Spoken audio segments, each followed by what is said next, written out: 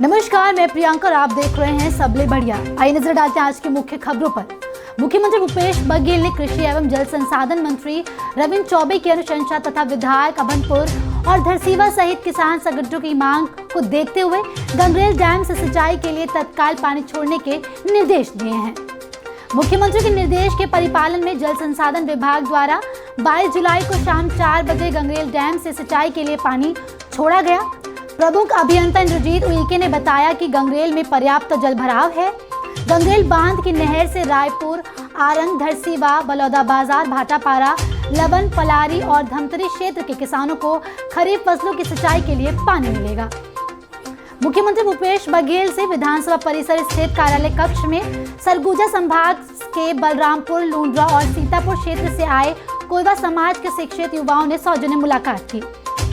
प्रतिनिधि मंडल ने विशेष पिछड़ी जनजाति के शिक्षित युवाओं को रिक्त पदों पर सीधी भर्ती की घोषणा किए जाने पर मुख्यमंत्री का आभार जताया।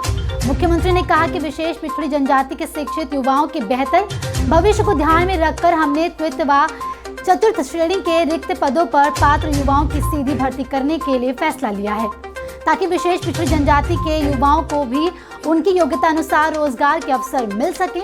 युवाओं ने मुलाकात के दौरान मुख्यमंत्री को अपनी मांगों के संबंध में ज्ञापन भी सौंपा। छत्तीसगढ़ विधानसभा में 22 जुलाई को वित्तीय वर्ष 2022-23 का 2,904 करोड़ 41,70,571 रुपए का प्रथम अनुपूरक बजट ध्वनि से पारित कर दिया गया है। मुख्यमंत्री भूपेश बघेल ने प्रथम अनुपूरक पर सदन में हुई चर्चा का सिलसिलेवार जवाब देते हुए राज्य सरकार के वित्तीय प्रबंधन उपलब्धियों और अनुपूरक बजट के प्रावधानों की जानकारी दी। मुख्यमंत्री ने चर्चा का जवाब देते हुए अनेक घोषणाएं की। उन्होंने कहा कि प्रदेश में 10,000 नए शिक्षकों की भर्ती प्रक्रिया शीघ्र प्रारंभ होगी। साथ ही उन्होंने कहा कि पशुओं के उपचार के लिए 163 मोबाइल वेंटरी यूनिट शीघ्र प्रारंभ की जाएंगी। इसके लिए अनुपूरक में 10 लाख रुपए का प्रावधान किया गया है। गौठानों में विकसित किए जा रहे महात्मा गांधी ग्रामीण औद्योगिक पार्क में लगने वाले यूनिट को बिना बिजली की खपत की सीमा के कुल बिजली बिल में हाफ बिजली बिल योजना का लाभ दिया जाएगा। अभी के लिए इतना ही। जल्द लौटते हैं दूसरी खबरों के साथ, तब तक बने रहें सबले बढ़िया के साथ।